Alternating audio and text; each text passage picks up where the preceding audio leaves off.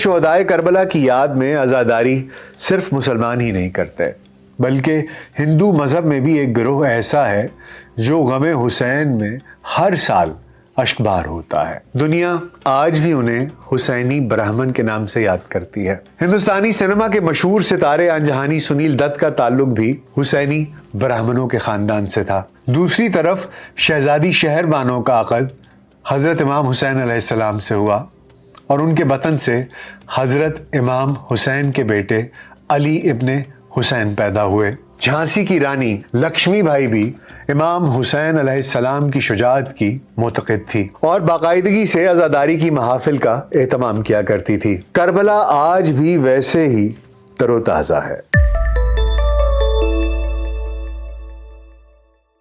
VLC pod cost میں doctor ناصر بے کے ساتھ آپ کی خدمت میں حاضر ہیں۔ یہ معجزہ بھی پیاس جہاں کو دکھا گئی، آنکھوں میں آنسوؤں کی سبیلیں لگا گئی،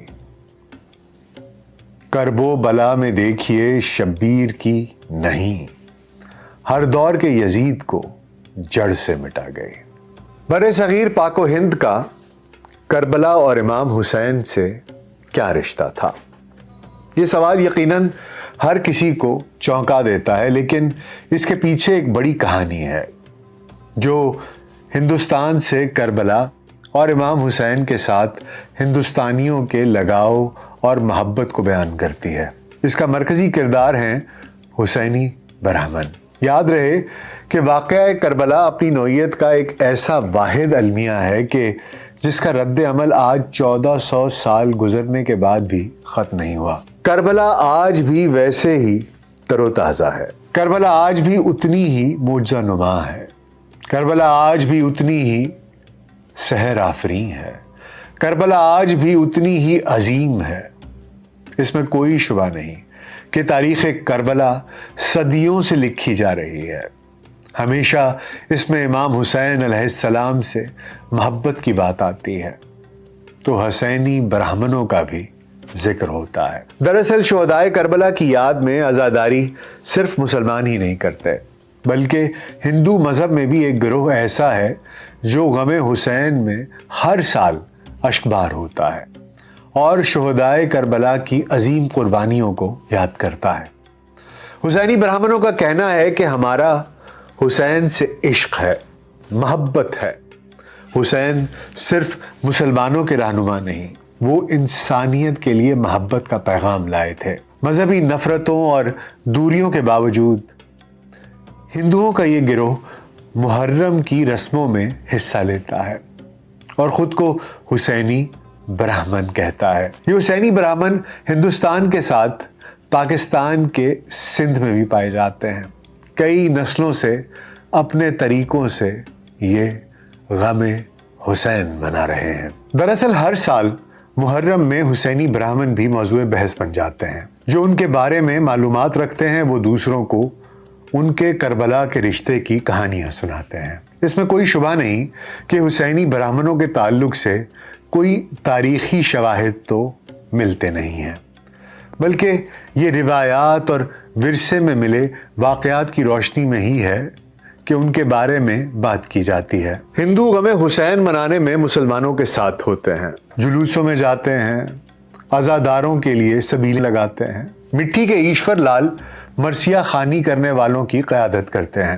وہ کہتے ہیں کہ سندھ میں امام بارگاہوں کے دروازے ہندوؤں کے لیے ہمیشہ کھلے رہتے ہیں، کسی کو کوئی اعتراض نہیں، نہ ہندوؤں کو مسلمانوں پر نہ مسلمانوں کو ہندوؤں پر۔ ہم صبح و شام امام بارگاہوں میں حاضری دیتے رہتے ہیں۔ 10 محرم تک ہم کالا لباس پہنتے ہیں، ہمارا اپنا عقیدہ ہے۔ ایشور لال کا کہنا تھا کہ ہندو عورتیں جلوس کا انتظار کرتی ہیں تاکہ وہ منتیں اٹھا سکیں۔ 10 محرم کی صبح عزاداروں کا قافلہ شبیز الجناح کے ساتھ ماتم کرتا روایتی راستے پر چلتا ہوا جب مٹھی کی مشہور درگاہ قاسم شاہ پہنچتا ہے تو درگاہ کے ہندو متولی موہن لال ہی ان کے لیے عظیم الشان لنگر کا اہتمام کرتے ہیں۔ وہ تمام عزاداروں کی خدمت کے کام کی خود نگرانی بھی کرتے ہیں۔ وہ کہتے ہیں کہ مٹھی کے سبھی ہندو حسینی ہیں۔ موہن لاس 10 محرم کے جلوس میں شامل ہندو اور مسلم ماتمیوں کے لیے خود اپنے ہاتھ سے بھی دیگیں بناتے ہیں اور اس میزبانی کو اپنے لیے باعث فخر سمجھتے ہیں۔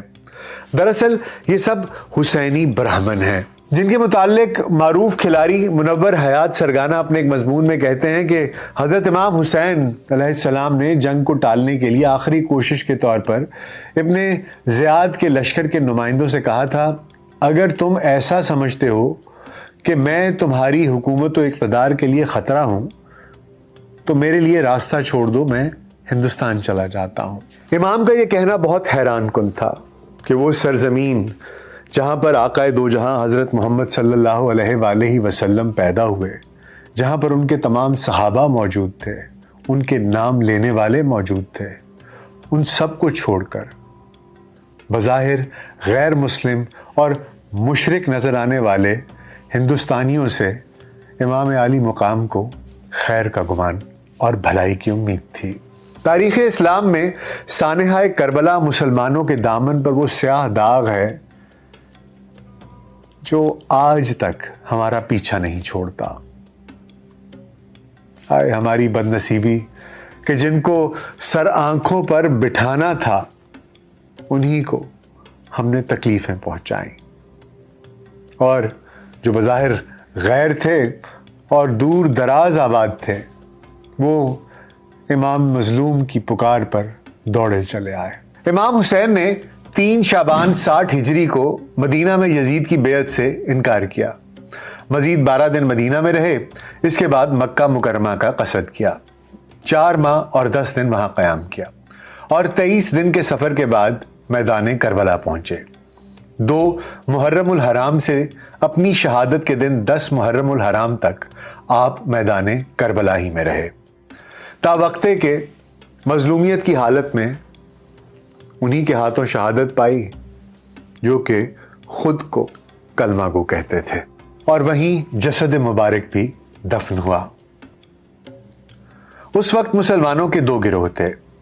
پہلا گروہ کوفیوں کا تھا جو اپنے آپ کو حضرت علی کرم اللہ وجہہ کے نام لیوا اور پیروکار کہتے تھے، اور انہی کوفیوں نے خطوط پر خطوط لکھ کر امام علی مقام کو کوفہ آنے کی دعوت دی، اور ان کے بلانے پر حضرت امام حسین علیہ السلام جب کوفہ پہنچے تو ان میں سے کوئی بھی امام حسین کی نصرت کو نہ نکلا، اور دوسرا گروہ تو یزید کو ہی برحق اور خلیفہ وقت سمجھتا تھا، اور اس کے کہنے پر ہی خانوادہ اہل بیت کا خون بہانے پر آمادہ بھی تھا۔ ایک ایسے وقت میں جب رسول اللہ صلی اللہ علیہ وآلہ وسلم کو دنیا سے پردہ کیے ابھی کچھ ہی سال ہوئے تھے، اور بہت سے صحابہ کرام ابھی حیات تھے، نواسہ رسول اور جگر گوشہ بطول کے ساتھ اکثریتی مسلمانوں کا یہ سلوک ہی شاید وہ بدبختی اور بد نصیبی تھا جس کی وجہ سے آج تک مسلمان گروہوں میں تقسیم ہیں، اور دوسری جانب بظاہر اسلامی تعلیمات سے نابلد اور خطہ عرب سے ہزاروں میل دور ہندوستان میں آباد کچھ ہندو برہمن امام مظلوم کی مدد و نصرت کے لیے کربلا پہنچے، اپنا اور اپنے بیٹوں کا خون حضرت امام حسین علیہ السلام اور اہل بیت کی محبت میں ہدیہ کے طور پر پیش کیا۔ کچھ نے وہیں پر جان نچھاور کی اور کچھ وہاں ہی رہ گئے، اور باقی ہندوستان واپس لوٹ آئے۔ دنیا آج بھی انہیں حسینی برہمن کے نام سے یاد کرتی ہے۔ ان کی اولادیں ہندوستان کے مختلف خطوں خصوصاً پنجاب میں آباد ہیں۔ یہ لوگ موہیالیوں کی دت ذات میں سے ہیں۔ حسینی برہمنوں کے بارے میں تاریخ میں مختلف روایات ملتی ہیں اور وہ ایک ایک کر کے آپ کی خدمت میں پیش کیے دیتے ہیں۔ پہلی روایت کے مطابق حضور اکرم صلی اللہ علیہ وآلہ وسلم کے زمانے میں ہی ہندوستانی تاجر جو کہ اپنا مال عرب لے آتے تھے، ان میں سے کچھ لوگ حضور اکرم صلی اللہ علیہ وآلہ وسلم کی محفلوں میں شریک بھی ہوا کرتے تھے اور اسلامی تعلیمات سے واقف تھے۔ ایک روایت ہے کہ ان تاجروں کا ایک قافلہ اس وقت کوفہ میں موجود تھا اور وہاں سے مکہ کے سفر کے لیے روانہ ہوا۔ راستے میں جب یہ لوگ کربلا کے مقام پر پہنچے تو یزیدی لشکر نے قافلہ امام حسین علیہ السلام کا محاصرہ کر رکھا تھا اور ساری گزرگاہیں بند کر رکھی تھیں۔ ناچار اس تجارتی قافلے کو بھی وہیں رکنا پڑا۔ ہر روز یزیدی لشکر اور قافلہ اہل بیت کے درمیان ہونے والی بات چیت یزیدیوں کے مظالم اور خانوادہ آل رسول صلی اللہ علیہ وآلہ وسلم کی مظلومیت کی خبریں اس قافلے تک پہنچتی رہیں، اور آخرکار یہ سب لوگ تلواریں سونت کر امام مظلوم کے لیے اپنی جانیں نچھاور کرنے پر آمادہ ہو گئے۔ سیسر کمار مترا اپنی کتاب میں لکھتے ہیں کہ راہب دت ایک ہندو تاجر تھے جو اپنے 6 بیٹوں شاس رائے، شیر خواہ، رائے پن، رام سنگھ، دھارو، پورو اور دیگر 2 برہمنوں کے ساتھ کربلا کے معرکے میں شامل ہوئے۔ حضرت امام حسین علیہ السلام نے راہب دت کو سلطان کا خطاب دیا۔ سب براہمن اس معرکے میں کام آئے، صرف راہب دت ہی بچ پائے، اور وہ کابل افغانستان سے ہوتے ہوئے موجودہ سیالکوٹ کے گاؤں ورن وطن میں آ کر آباد ہو گئے۔ ان کے پاس امام عالی مقام کا منہ مبارک بھی تھا جو کشمیر کی ایک امام بارگاہ میں آج بھی موجود ہے۔ ایک دوسری روایت کے مطابق ایران کے پارسی بادشاہ کی 2 بیٹیاں تھیں، ایک کا نام مہربانو اور دوسری کا نام شہربانو تھا۔ مہربانو کی شادی ہندوستانی راجہ چندر گپت کے ساتھ ہوئی تھی اور یہاں اس کا نام چندر لیکھا رکھ دیا گیا تھا۔ اس کے بطن سے چندر گپت کا بیٹا سمدر گپت پیدا ہوا جو سانحہ کربلا کے وقت یہاں کا راجہ تھا۔ دوسری طرف شہزادی شہربانو کا عقد حضرت امام حسین علیہ السلام سے ہوا اور ان کے بطن سے حضرت امام حسین کے بیٹے علی ابن حسین پیدا ہوئے۔ جب امام علی مقام نے کربلا کا قصد کیا تو انہوں نے ایک خط اپنے قریبی عزیز حضرت حبیب کو لکھا اور دوسرا خط جناب علی بن حسن نے اپنے خالہ زاد سمدر گپت کو بھیجا۔ جب علی ابن حسین کا سندیسہ راجہ سمدر کو پہنچا تو انہوں نے اسی وقت راجپوت جنگجوؤں کا ایک فوجی دستہ راہب دت کی قیادت میں جناب امام حسین علیہ السلام کی مدد کے لیے بھیج دیا۔ مگر افسوس، جب یہ جنگجو مقام کربلا پہنچے تو سانحہ کربلا ظہور پذیر ہو چکا تھا اور حضرت امام حسین علیہ السلام اور اہل بیت اطہار کے سبھی جوانوں کو شہید کیا جا چکا تھا۔ یہ دیکھ کر یہ سب ہندوستانی جنگجو قریب تھا کہ اپنی گردنیں کاٹ لیتے کہ جن کے لیے جان لٹانے آئے تھے جب وہی نہ رہے تو یہ جان کس کام کی۔ امیر مختار سقفی نے انہیں اس اقدام سے روک دیا کہ قاتلان حسین کو ان کے انجام تک پہنچائیں۔ اس طرح یہ جنگجو امیر مختار سقفی کے ساتھ مل کر لڑتے رہے تا وقت کہ قاتلان حضرت امام حسین علیہ السلام کا بدلہ لے کر ہی وطن واپس آئے۔ ان میں سے کچھ تو وہیں شہید ہوئے، کچھ عرب میں ہی رہ گئے اور کچھ ہندوستان واپس آ گئے۔ راہب دت اور ان کے ساتھیوں کی اولاد ہی حسینی برہمن کہلاتی ہے۔ یہ لوگ رہے تو ہندو ہی لیکن مندروں میں جانا موقوف کیا اور مورتی پوجا اور دیگر مشرکانہ عقائد سے کنارہ کش ہو گئے۔ ہندوستانی سینما کے مشہور ستارے انجہانی سنیل دت کا تعلق بھی حسینی برہمنوں کے خاندان سے تھا۔ وہ اپنے آبا کی روایت کچھ اس طرح سے بیان کرتے تھے کہ ہمارے پرکھوں میں سے کچھ لوگوں کو اولاد نہیں ہوتی تھی، ان کا آنا جانا بلاد عرب میں رہتا تھا۔ وہ بزرگ حضرت نبی کریم صلی اللہ علیہ وآلہ وسلم کی خدمت اقدس میں پیش ہوئے اور حصول اولاد کے لیے دعا کے خواستگار ہوئے۔ اس وقت حضرت امام حسین علیہ السلام وہاں کھیل رہے تھے۔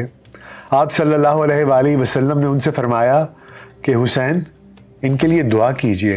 حضرت امام حسین علیہ السلام نے ہمارے بزرگوں کے لیے دعا کی اور ان کے ہاں اولاد پیدا ہو گئی۔ ہمارا تعلق دردنہ چاریہ سے ہے۔ ان حسینی برہمنوں نے، دیگر ہندوؤں نے اور بعد ازاں سکھوں کے بانی پیشوا بابا گرو نانک جی نے ہمیشہ حضرت امام حسین اور اہل بیت سے محبت رکھی، ان کے عقیدت مند رہے اور امام حسین علیہ السلام کا سوگ منایا۔ بر صغیر پاک و ہند میں منشی جوالا پرساد اختر کے مطابق ریاست اودھ میں اول حضرت عباس کے نام کا علم اٹھایا گیا تو اس کو اٹھانے والے راجپوت سردار دھرم سنگھ تھے جو سکھ مذہب سے تعلق رکھتے تھے، اور لکھنؤ کا مشہور روضہ کاظمین بھی ایک ہندو عقیدت مند جگن ناتھ نے تعمیر کروایا۔ ادھر جھانسی کی رانی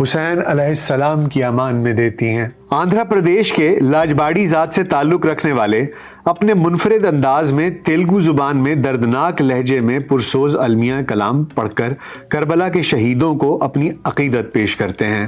اسی طرح راجستھان کے بعض ہندو ذات کے لوگ کربلا کی جنگ کا منظرنامہ پیش کرتے ہیں اور ان کی عورتیں اپنے گاؤں کے باہر ایک جلوس کی شکل میں روتی ہوئی نکلتی ہیں۔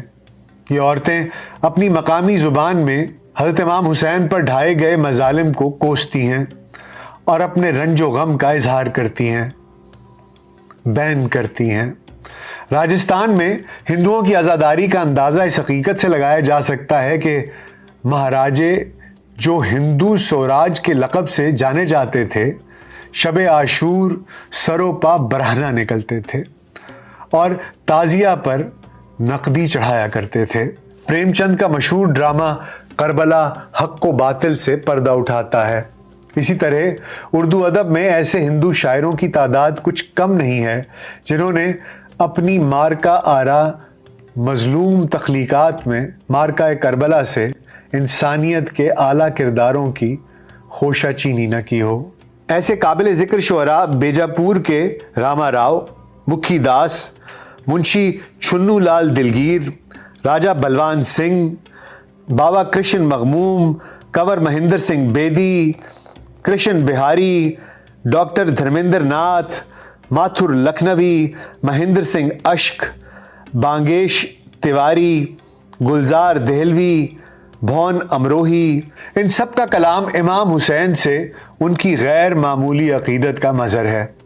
پروفیسر ستنام سنگھ خمار امام عالی مقام کو خراج عقیدت پیش کرتے ہوئے لکھتے ہیں کہ لکھا ہے آسماں پہ فسانہ حسین کا، لکھا ہے آسماں پہ فسانہ حسین کا، سب کا حسین سارا زمانہ حسین کا، کوئی امام کوئی پیغمبر کوئی ولی، کتنا ہے سر بلند گھرانہ حسین کا، ہوگی کوئی تو بات کہ صدیوں کے بعد بھی جس دل کو دیکھیے ہے دیوانہ حسین کا، میں حر ہوں چاہیے مجھے تھوڑی سی نقش پا، کوئی مجھے بتا دے ٹھکانہ حسین کا، آزادی خیال کی تحریک ہی تو ہے عاشور کو چراغ بجھانا حسین کا، مظلومیت کے وار سے ظالم نہ بچ سکا، آخر ہدف پہ بیٹھا نشانہ حسین کا، اب بھی زبانیں خشک ہیں بحر فرات پر، اب بھی زبانیں خشک ہیں بحر فرات پر، دہرا رہا ہے خود کو زمانہ حسین کا، کب سے چکا رہا ہوں قصیدوں میں اے خمار، کب سے چکا رہا ہوں قصیدوں میں اے خمار، مجھ پر ہے کوئی قرض پرانا حسین کا۔ اپنا بہت خیال رکھیے گا، شکریہ۔